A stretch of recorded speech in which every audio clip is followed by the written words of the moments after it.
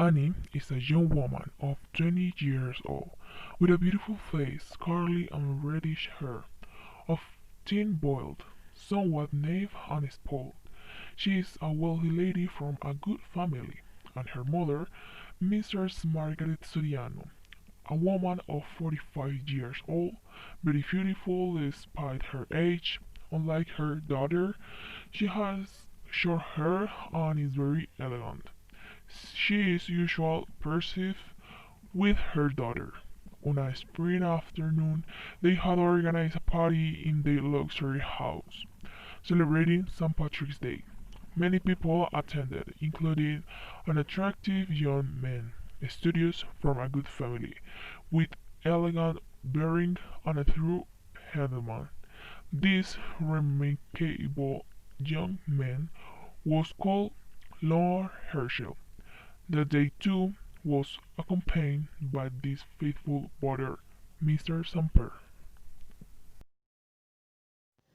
Dear sis and ladies, good afternoon. I hope to enjoy the party.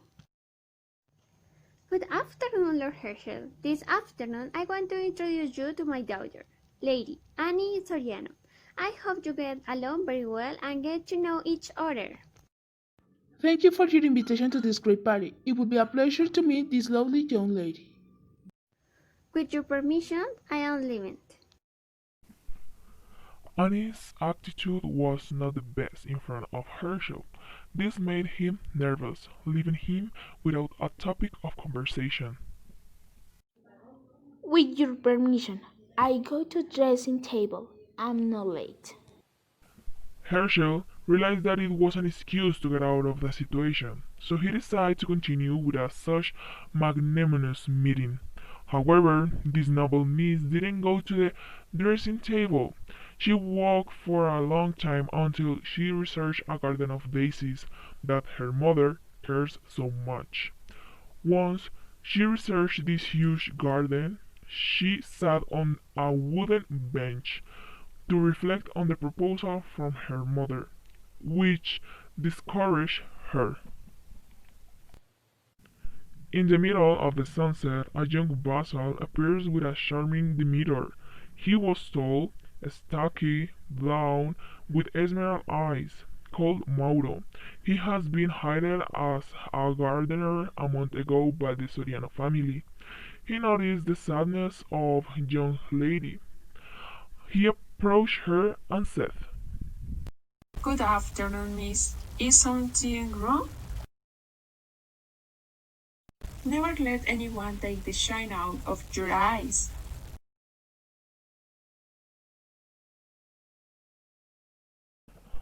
Annie, you upon seeing their emerald eyes, fall in love instantly.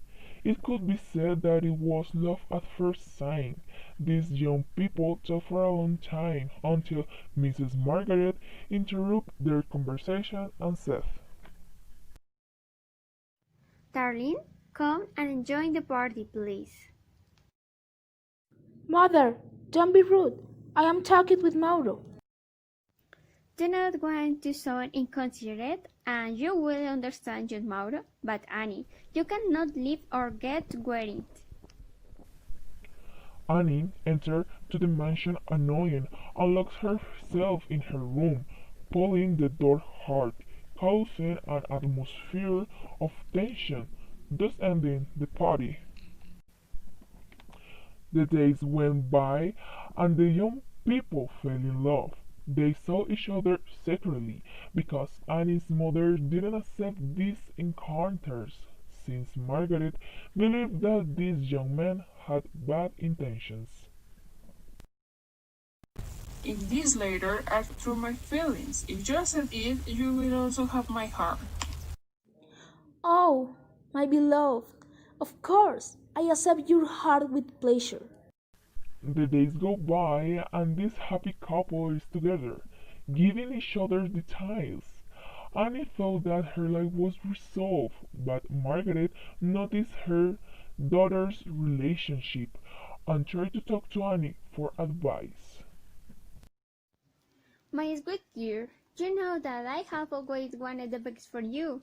You are the life of my eyes, the best treasure that the life has given me, that I want to see you happy.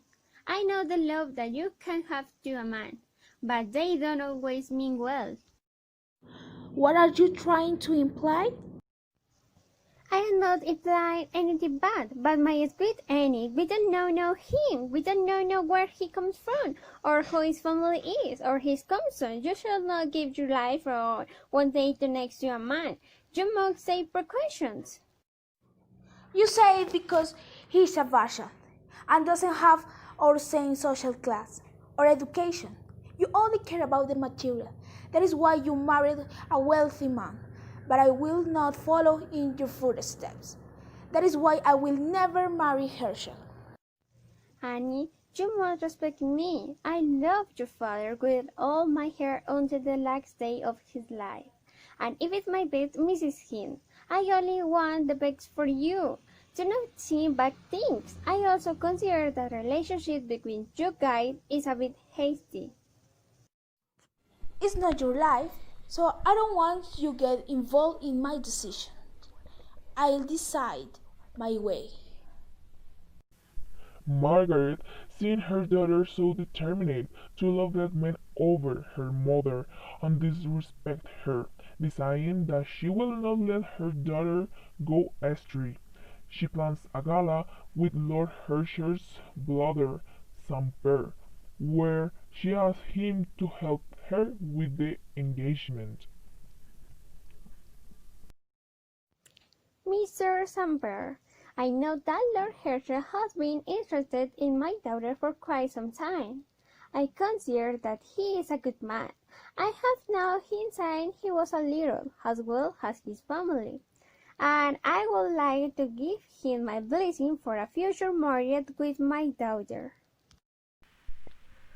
This is a great news, madam. I will inform young Herschel as soon as possible.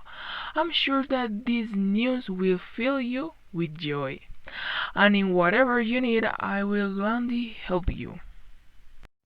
Thank you very much. Since you offered me your help, I would like to organize a gala where I will announce the engagement between two young people, uniting the Soriano family and the Lorx family. Of course, we will start as soon as possible. While Mrs. Margaret and Mr. Samper were talking about the marriage proposal, Mauro listened to them through the window. However, they didn't realize that someone was watching them.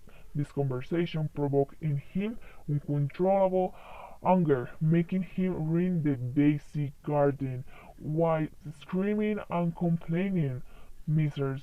Margaret realized his behavior, leaving the house in a hurry, and seeing such a sorry scene because she loved her daisies, she decided to fire him. What have you done, Mauro? They have no justification for doing this. Get out of here. You're fired. Never come on back. Mauro didn't get a job during the planning week, so he extorted money from the knave Annie.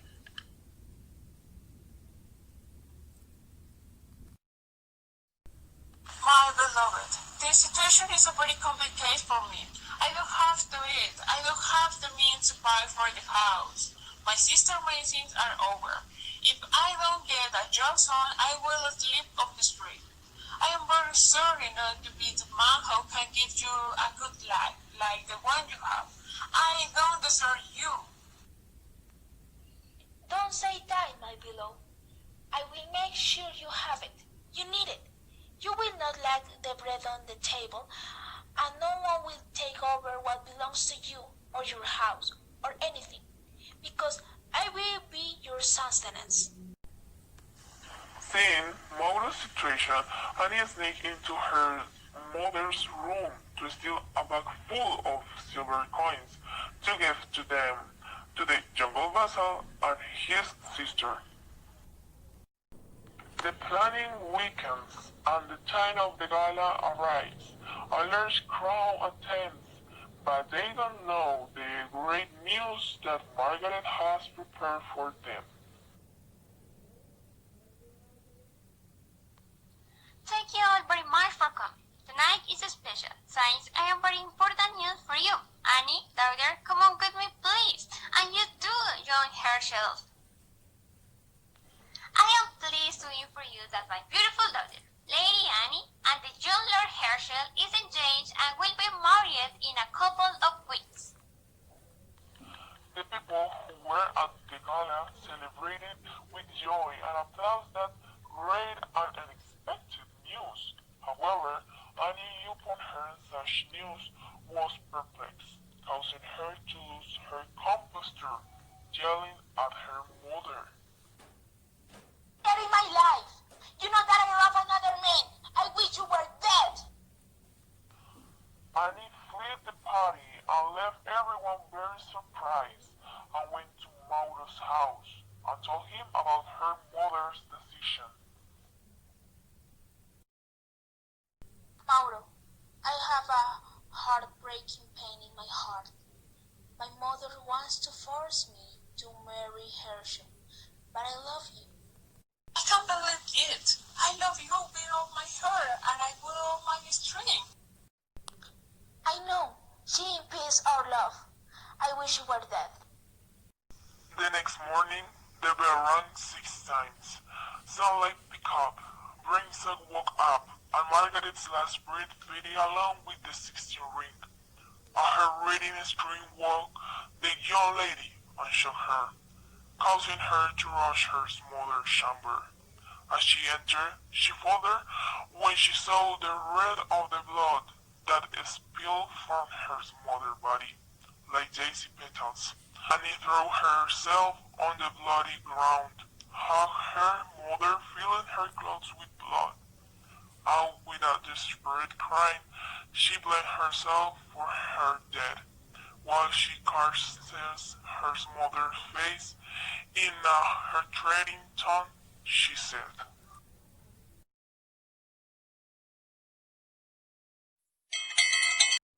No, it has to be a lie. A nightmare. Get up. Don't close your eyes. Talk to me. I am here. Please, don't leave me alone. I should never have wanted your death. It was all my fault. Forgive me. My mother. I know that lie has to shoot me. Wake up. Wake up. Let's talk to me. I'm not going to leave you. No. And no, I want to wake up now. The minutes passed, and Annie noticed that it was not a nightmare, but a cruel reality. Annie holds the lifeless body of her mother, without saying a single word, letting time pass without moving. But her arms could no longer bear the weight, and in a very delicate way, Annie lays down her mother's body and prostrate next to her. The brittle Annie was at her mother's wake, with the people close to her. She was also accompanied by Mauro, who shed crocodile tears. I know it's hard for you, but now I will be easy for you to get married and be together forever. There will be no one to stand in her way. I'm sorry, but now I don't have a head for marriage. It's the last thing that I want to think about. Understand me? If I hadn't wished her death, she would be alive. Of course, my life, take your time. The truth is I don't care. I just want the hearings. Annie, very heartbroken, goes to her room and closes herself in it, while her crayon slides down her porcelain cheeks, and she spends the worst night of her life because the memory of her mother lies on. In the afternoon of the next day, Maud stood in front of Margaret's grave with a red daisy and said, Not even dare you leave us alone, and with all that I caused me to kill you? While Mauro was saying this, some bird was passing through the place, and it was strange to see Mauro there next to the grave of Mrs. Margaret. Young Mauro, what are you doing here?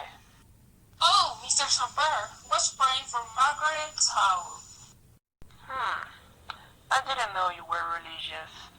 Well, I have to go, so young Mauro, have a good day.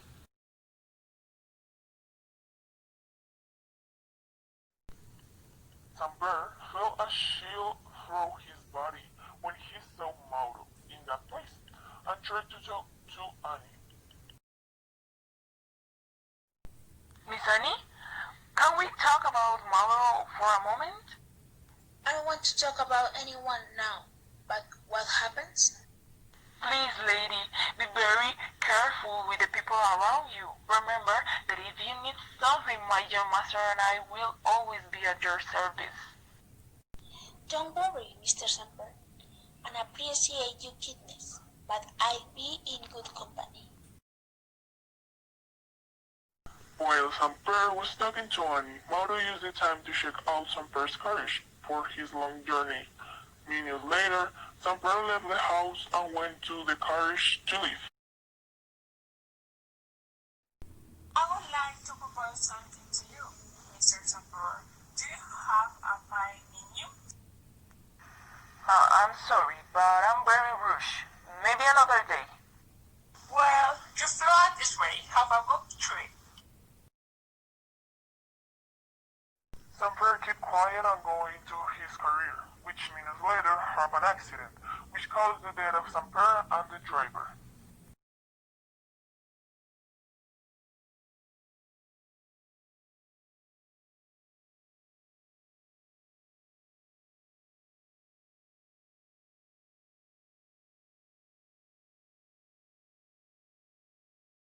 When Herschel learned of Samper's death, he fell to the ground disgusted, crying, screaming in pain, because Samper was like his father. He had taken care of him since he could use the reason.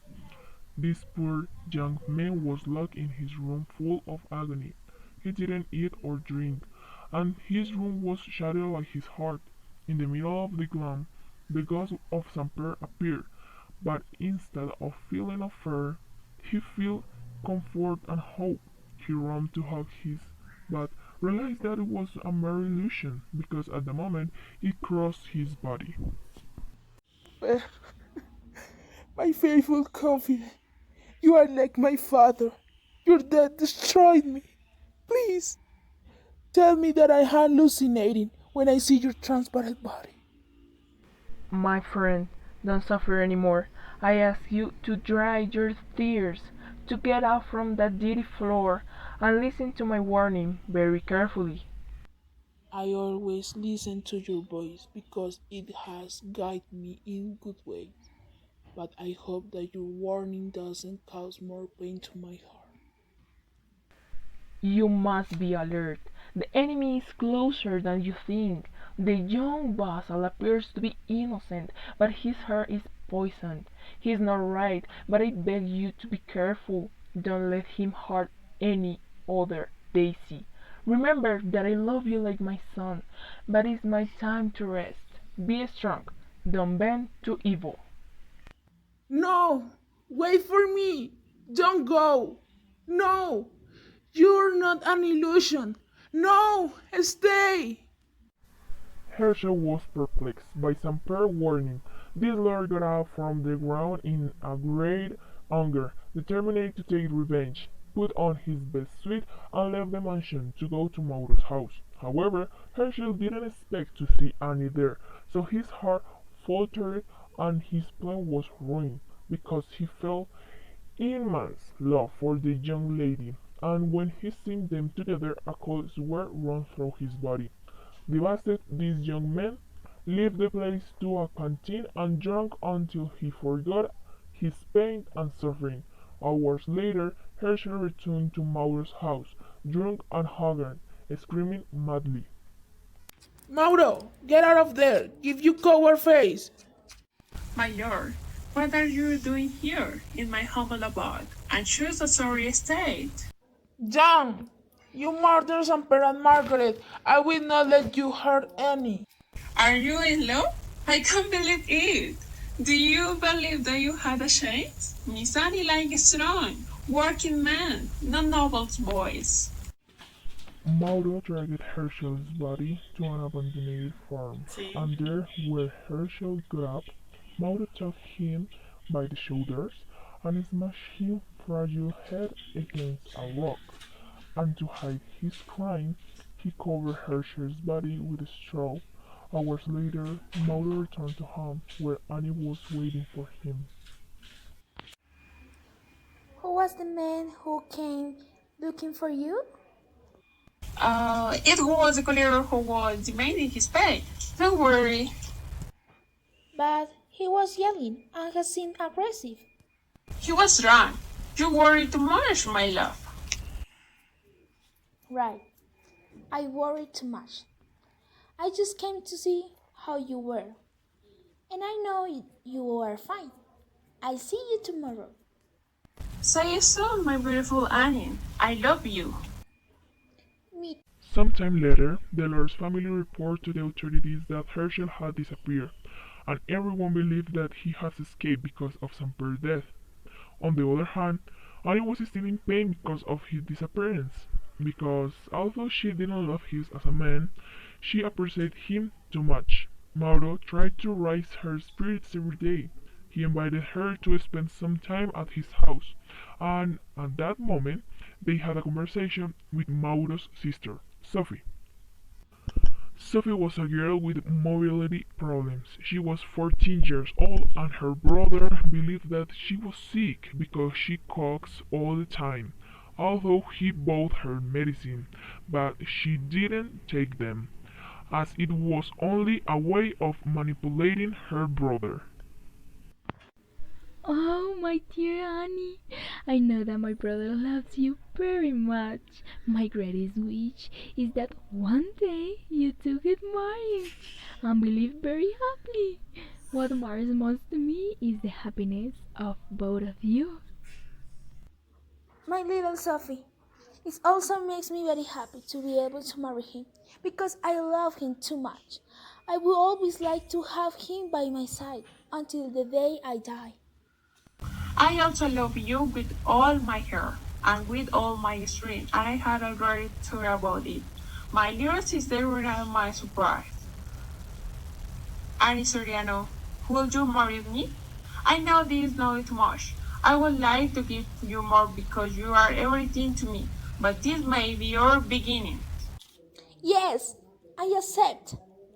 No matter where life takes us, I hope to always be by your side. Mauro accompanies Annie to her mansion, leaving Sophie alone for a moment. Take advantage of the situation of solitude to reflect.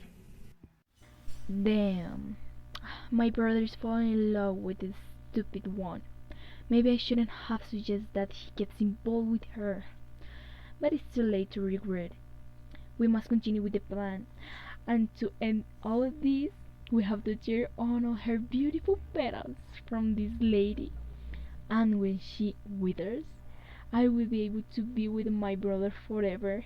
I will show him all love and patience that is inside of me towards him. I will be able to join his warm arms, his aroma, and if passion allows us, I will savor his beautiful lips. But until then, I must follow through with what I regret to get my happy ending. Just thinking of that great fortune makes me skin crawl. A few weeks after that last event, the young vassal and the beautiful lady were married in the middle of a field of daisies. This wedding was very reserved, where only a few guests attended because Mauro didn't want many people that he didn't know were at their wedding. Sophie and Mauro talked for a while. Sophie tried to convince her brother to kill Annie. My brother, we are very close to fulfilling our dreams. You must have to get rid of Annie. I don't think it's necessary. She has helped you too much. I think that she's not the same lately.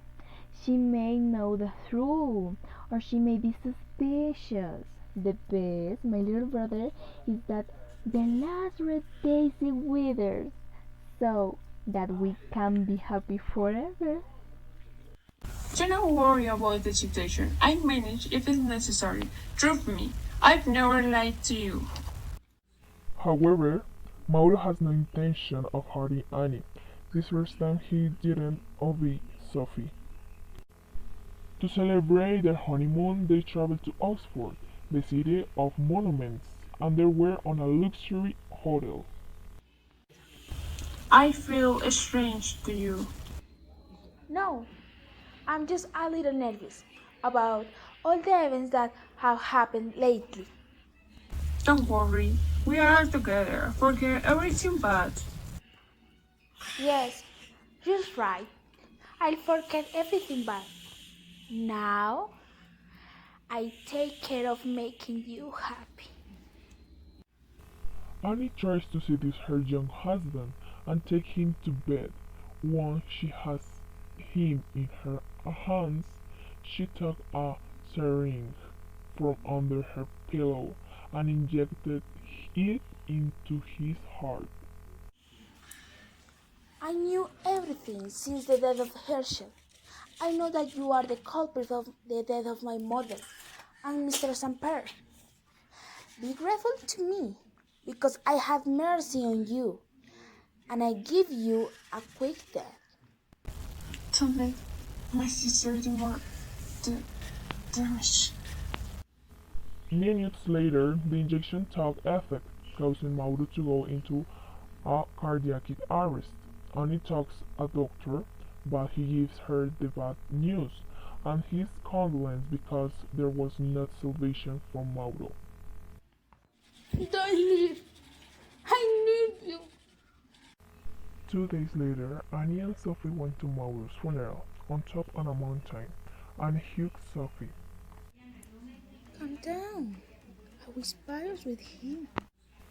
Sophie doesn't understand what Annie is saying and ignores it. Minutes later, Sophie starts talking. He was the good one of two. He always took care of me and cares about me because I was his only family. But this love that he gave me caused me to fall in love more and more every day. Do you know how much I hate you? Because of you, my brother couldn't never love me as a woman.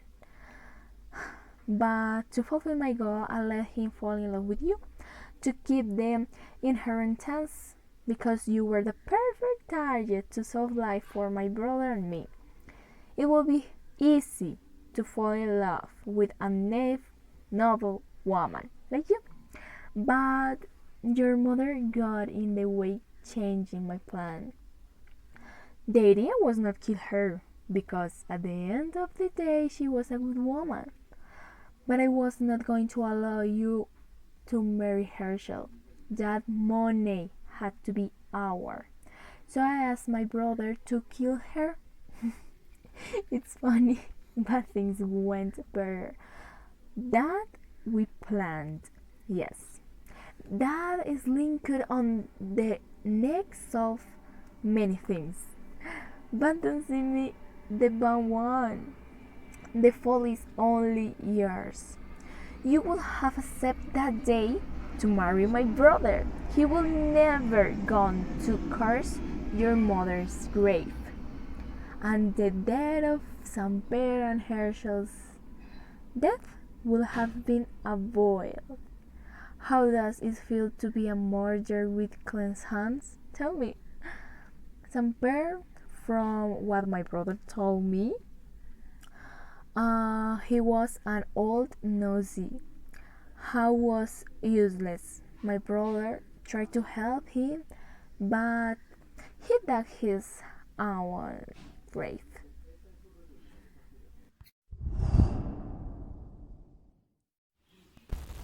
Support, dear friend.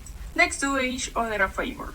You and your master leave. I will take good care of Annie. Don't worry. She is in a good hands. Neither Lady Anne nor her wealth is in a good hands. Neither Herschel nor I will never her alone. So please, don't try to manipulate me. I have a good try. I did a good check on your career.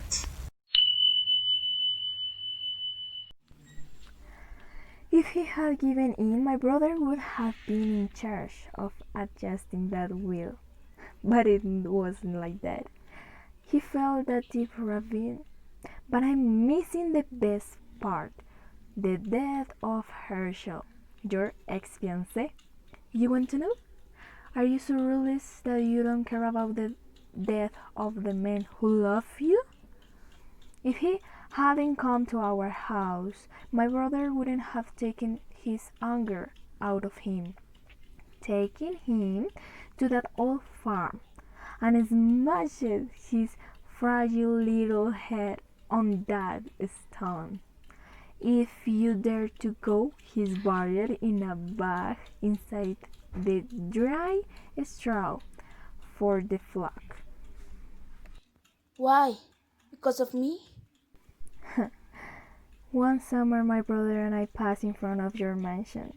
We saw you very happy with your mother, may she rest in peace, with many gifts, jumping from one place to another, very happy, while we were starving. They reconciled over that their lives were already resolved.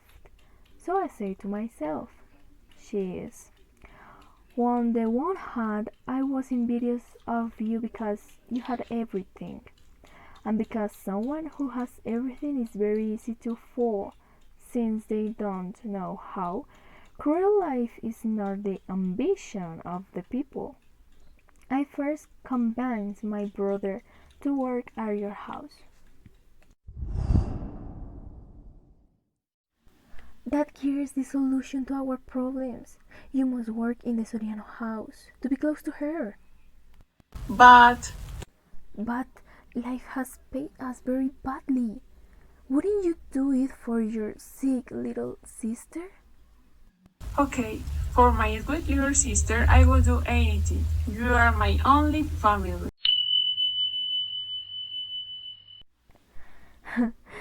And then I told him that falling in love will be the best option. Good afternoon, miss. Is something wrong? Never let anyone take the shine out of your eyes. Sophie, when she finished her story, told to Annie. You were surprised, right? Does it hurt? Do you want to die? I think it's not enough yet. This situation surprised you, yes? Not really. I already knew since Herschel's death.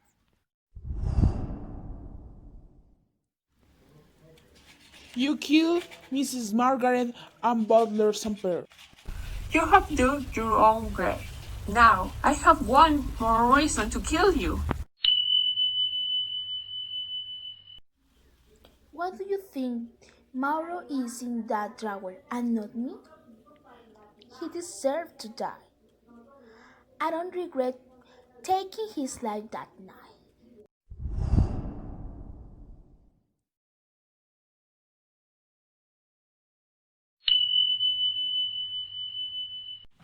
Sophie in anger and pain yells. Damn! You would pay with your life what you have done to me. Annie got up surprised before Sophie hit her with the wheelchair. At that moment, Annie told her, The last words of your brother were that I will not let you do more damage to the world, and I'll respect his last desire. Annie took Sophie by force and together they threw themselves into the void. But as they fell into the void, Annie thought, If I had married Lord Herschel, we would have a prosperous life, but now I cannot repay the love he gave me.